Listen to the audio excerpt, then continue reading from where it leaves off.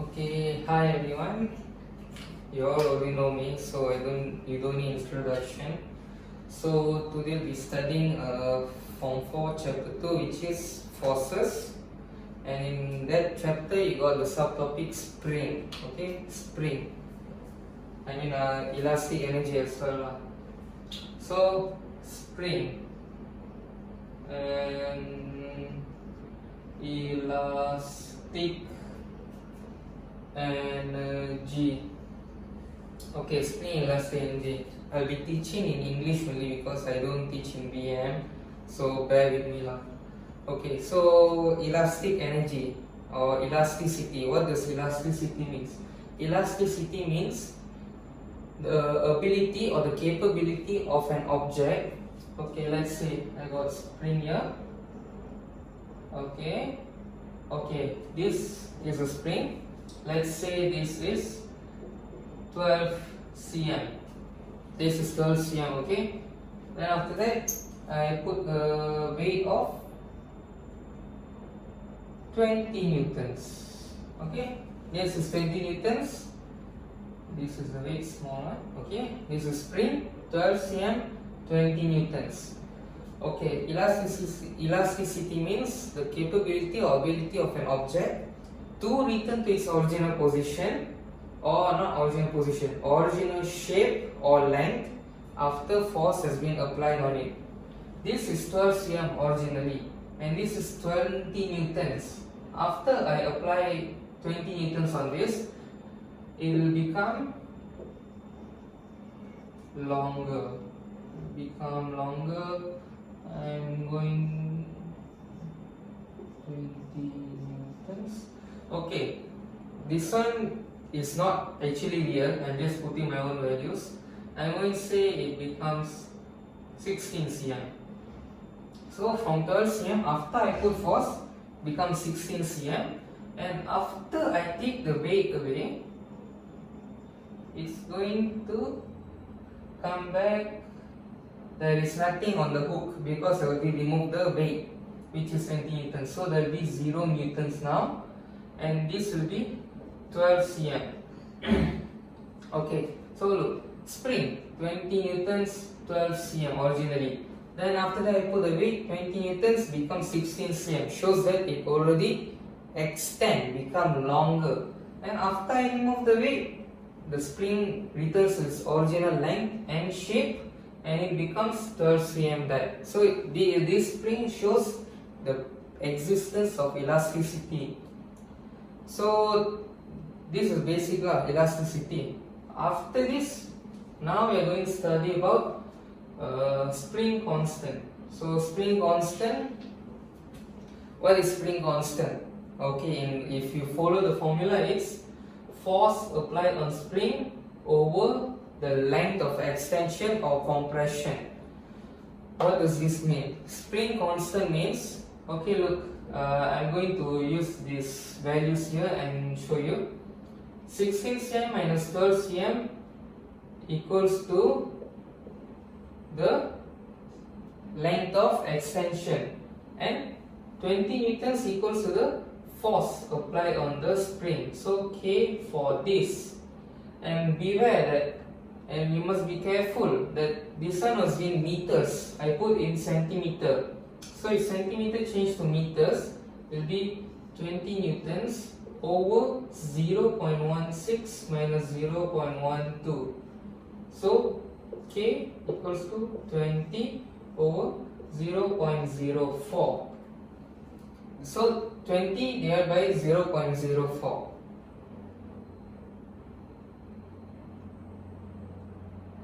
Times 250.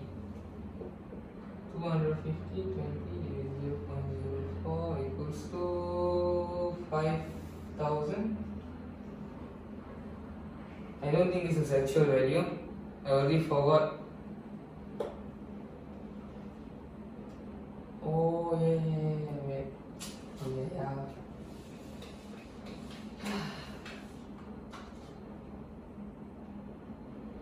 500, yeah.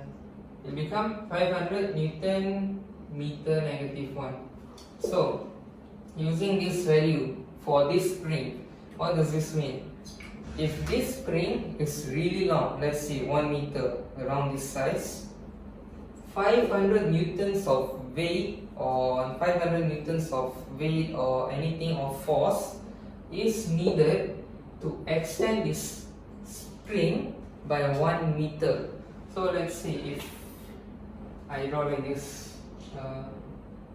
Okay, I draw one spring. Okay, this spring is the same as this spring, and this is 1 meter long. So it's just same but longer. Then if you put a weight of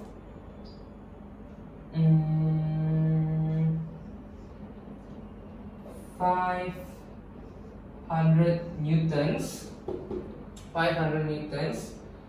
this thing will extend by 1 meter. So what it basically means is spring constant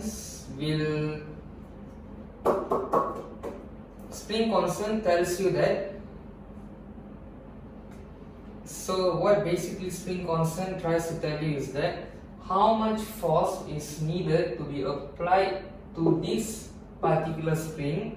Different springs have different spring constants, so you can't use this value for all the springs. This one is only applicable to my imaginary spring, this fake spring. So 500 newtons of force is needed to extend this spring by 1 meter. That's spring constant. K. So you have to always remember, K is used for spring constant, and spring constant means the amount of force needed to be applied on a spring for it to extend by 1 meter. So let's say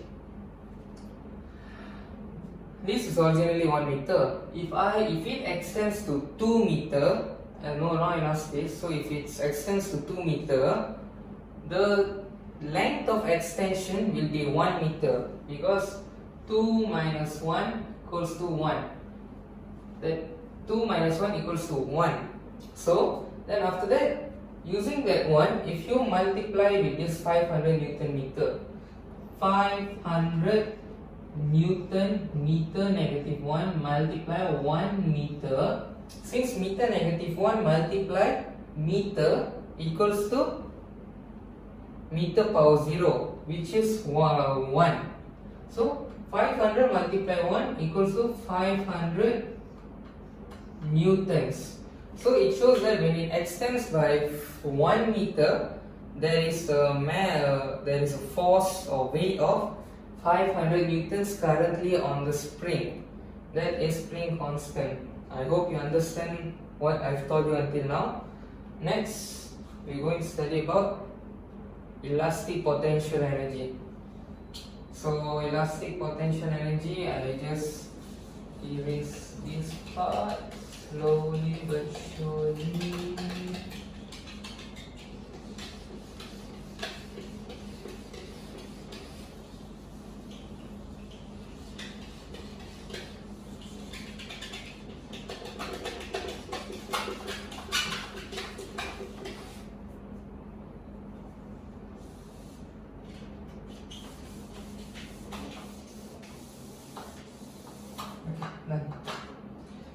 Okay, so elastic potential energy for K, for spring constant is length of a force over length of extension. That's the formula. But if they ask in exam, you have to answer safer, just answer using the formula. So in exam, all you have to answer is length of spring constant is length of extension over the length of extension over the the force.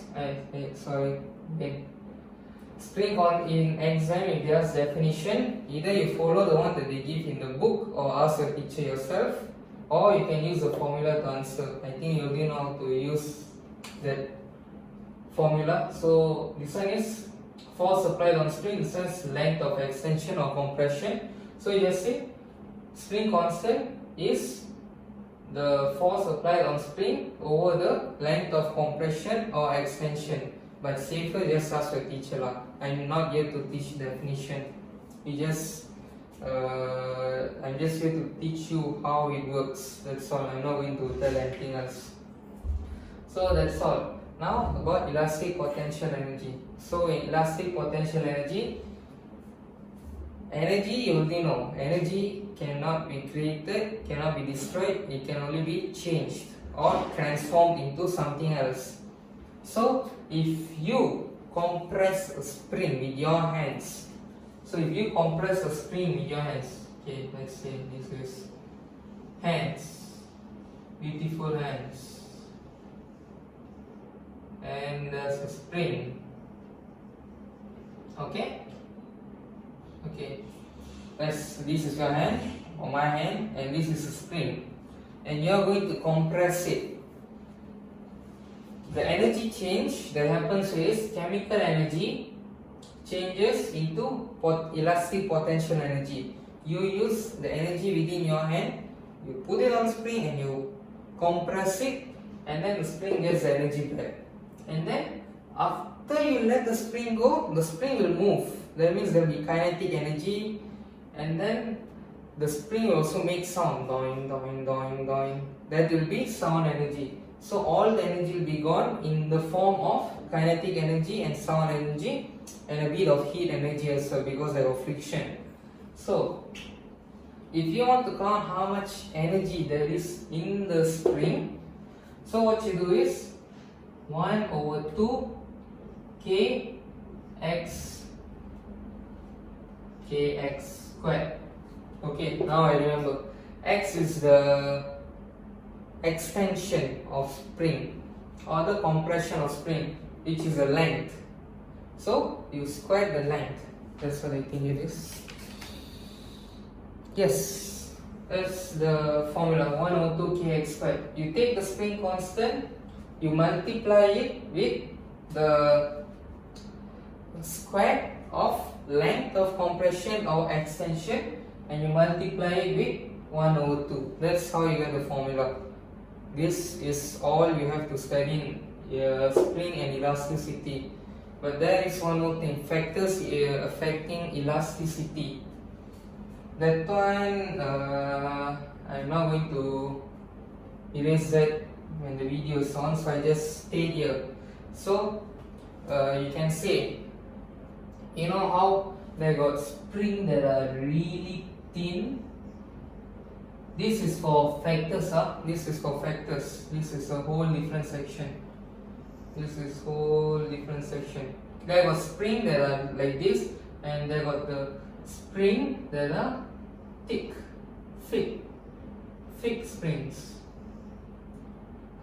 Thick.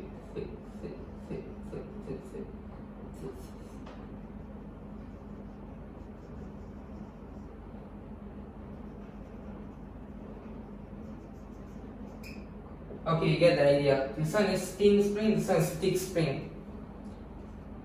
If I ask you which one is more elastic or which one is tougher or stiffer, you're going to answer the spring with a bigger diameter of coil. Spring is essentially coils wrapped around, and they have elasticity. So springs with thicker coil, they have the ability to compress even lesser. That means you need to put more force when compressing, so that you get the same amount of compression as a spring with a smaller diameter. This spring, the K, okay, I am going to name this as S1 and S2. So the K is spring constant of S1 is bigger than S2. Therefore, because since this is bigger than this one, more force is needed to compress the spring to the same length of compression as this S2. Because diameter, I don't know how the actual physics works, you just learn this in the book, so I'm just explaining. And I just explain one factor and the rest all you can just study like that, because I want to focus on one more, springs in a parallel and series arrangement. Yeah.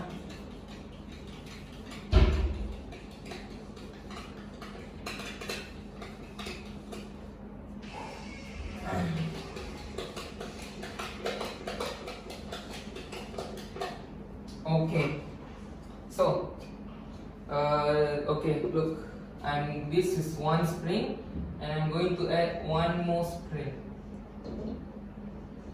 This is connected, so this all connected. This is spring arranged in series, and then I'll draw one more.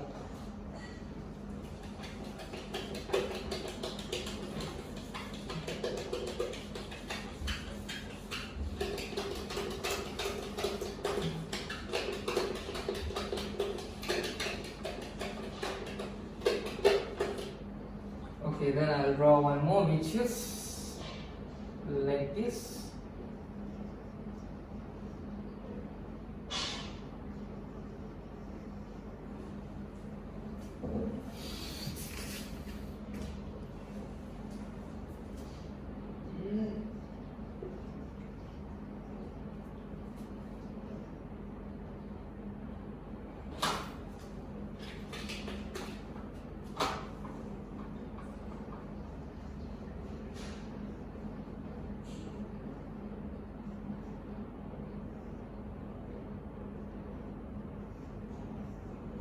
Okay, the springs with different material, diameter, all that you can learn by yourself, those are easy. Now this one, so let's say this one is 20 newtons and this one is 20 newtons.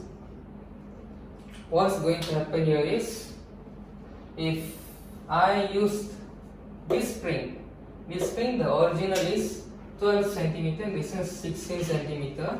So let's say this is 12, this is 12, this also 12, so I guess 12, okay, 12, 12, 12, 12. Okay, now let's look at it here. 20 newtons being applied to this spring and this spring. That means in this whole system, this is one system and this is one weight. One weight applies to one system. So if there is only one weight, it will apply to the entire system. So both these springs will extend. They will extend and become longer. Let's say this is 20 newtons. Surely after extension they will be 16 centimeters. This will be 16 centimeters. So if their total length now is 24, after extension they will become 16 plus 16, 32. They will become 32.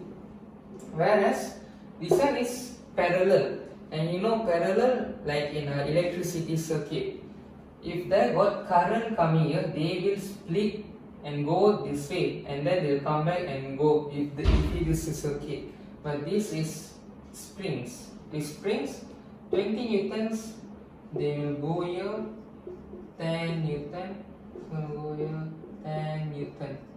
That's why they become stiffer. More weight is needed for you to extend by the same length. This one extend by 8 because both of them extend and they are on top of each other. Whereas this one is parallel, that means they are the same place, they are same position but just a bit small distance between them. So their extension, this one extension is 8. This one extension is 8. If you see, total extension is 8. But extension for one spring is still 4 cm. Extension for one spring is still 4 cm, but total system will be 8. If they ask question like find the total length of the whole spring, you have to use you have to find total extension for the whole circuit. This one 4 cm only for one spring. 4 cm only for one spring. This one more spring is 4 cm. 4 cm to this spring as well. Plus them together, you get 8 cm for total extension. This one, 10 cm. So what happens here? If there were 20 newtons, and if there were 20 newtons, and from 12 cm becomes 16 cm, if there were 10 newtons, logically this one become 2 cm, 2 cm, 2 cm, 2 cm, 2 cm for this, 2 cm for this. So the extension total will only be 2 because they are parallel. So this one you can see same amount of force but smaller extension. So the spring constant for this type of system is, let's name this S1, S2. The K of S1 bigger than S2. The K is the spring constant for this whole system is bigger for this than this. So you know I only show 10, 10. So this one become extend. It will still extend, but it will extend shorter. That's the only thing lah. Nothing else really. Yeah, that's all. 12. That's all. So yeah, this is all for spring elastic energy. The rest all are just applications. I'm not going to teach that, so you can just learn by yourself. Remember, if in parallel system, just like parallel circuit, they will share the force. So it will split and they will extend lesser. Whereas this one, the same amount of force is applied to the whole system. That means if the whole system will receive 20 newtons, whereas this one, imagine this is one system, this is one system. Each of them will only receive 10 newtons. So more system, that means the force will divide even more. That's how you see the question now. So yeah, that's all, and hope it helped you.